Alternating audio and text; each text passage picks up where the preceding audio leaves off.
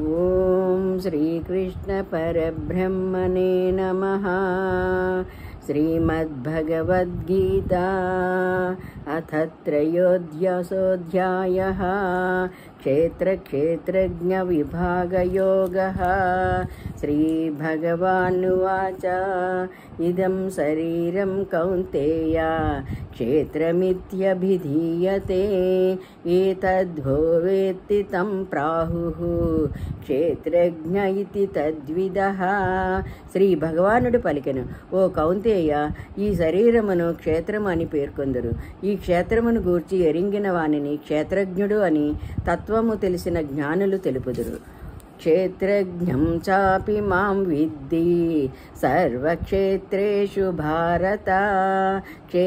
క్షేత్రజ్ఞయోః జ్ఞానం యత్తజ్ఞానం మతం మమ.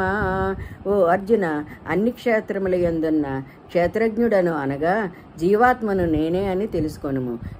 క్షేత్రజ్ఞులను సంబంధించిన జ్ఞానం అనగా వికార సహిత ప్రకృతి మరియు నిర్వికార పురుషుల తత్వములను గూర్చి తెలుసుకొనుటయే జ్ఞానం అని అభిప్రాయము.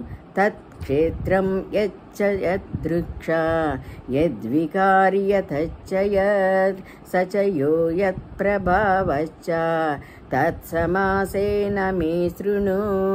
క్షేత్రం అనగానేమి, అది ఎట్లుండును, దాని వికారములు ఏవి, ఆ వికారములు దేని నుండి ఏర్పడినవి, అట్లే క్షేత్రజ్ఞుడు అనగా ఎవరు, అతని ప్రభావం ఏమి, ఆ వివరములన్నింటినీ సంక్షిప్తముగా తెలుపదును వినుము. ఋషిభిర్బహుదా గీతం ఛందోభిర్విధి పృథక్ బ్రహ్మసూత్రపదైశ్చైవ హేతుమద్భిర్వినిశ్చితైః. క్షేత్రజ్ఞుల తత్వమును గూర్చి ఋషులెల్లరను బహువిధములుగా వివరించిరి. వివిధ వేద యంత్రములను వేరువేరుగా తెలిపినవి. అట్లే బ్రహ్మసూత్ర పదములు కూడా నిశ్చయాత్మకముగా సహేతుకముగా తేటతెల్లముగా గావించినవి. మహాభూతాన్యహంకారో బుద్ధిరవ్యక్తమేవ చ ఇంద్రియాణి దశైకం చ పంచచేంద్రియ గోచరాః. పంచమహాభూతములు అహంకారము, బుద్ధి, మూల ప్రకృతియు, అట్లే దశేంద్రియములు, మనస్సు, పంచేంద్రియ గ్రాహ్య విషయములు ఇచ్చా ద్వేష సుఖ దుఃఖం సంఘాతచేతనా ధృతి. ఏతత్ క్షేత్రం సమాసేన సవికారముదాహృతం. ఇచ్చద్వేషము, సుఖము, దుఃఖము, స్థూల శరీరము, చైతన్యము, ధృతి అను వికారములతో కూడిన క్షేత్ర స్వరూపము సంక్షిప్తంగా పేర్కొనబడినది.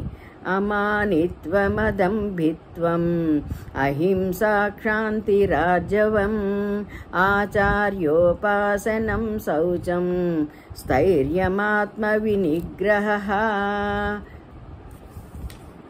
తానే శ్రేష్ఠుడన్నను భావము లేకుండుట, డాంబికము లేకుండుట, అహింస, క్షమించు గుణము, మనోవాక్కులయందు సరళతత్వము, శ్రద్ధాభక్తులతో గురుజనులను సేవించుట, బాహ్యాభ్యంతర శుచి, అంతఃకరణ స్థితత్వము, మన శరీరేంద్రియముల నిగ్రహము, ఇంద్రియార్థేషు వైరాగ్యం అనంకార ఏవ చ జన్మ మృత్యురావ్యాధి దుఃఖ దోషానుదర్శనం.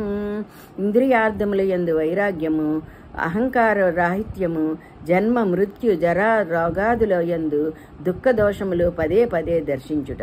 అసక్తిరనభిష్యంగః పుత్రదార గృహాదిషు నిత్యం చ సమచిత్తత్వం ఇష్టానిష్టోపపత్తిషు.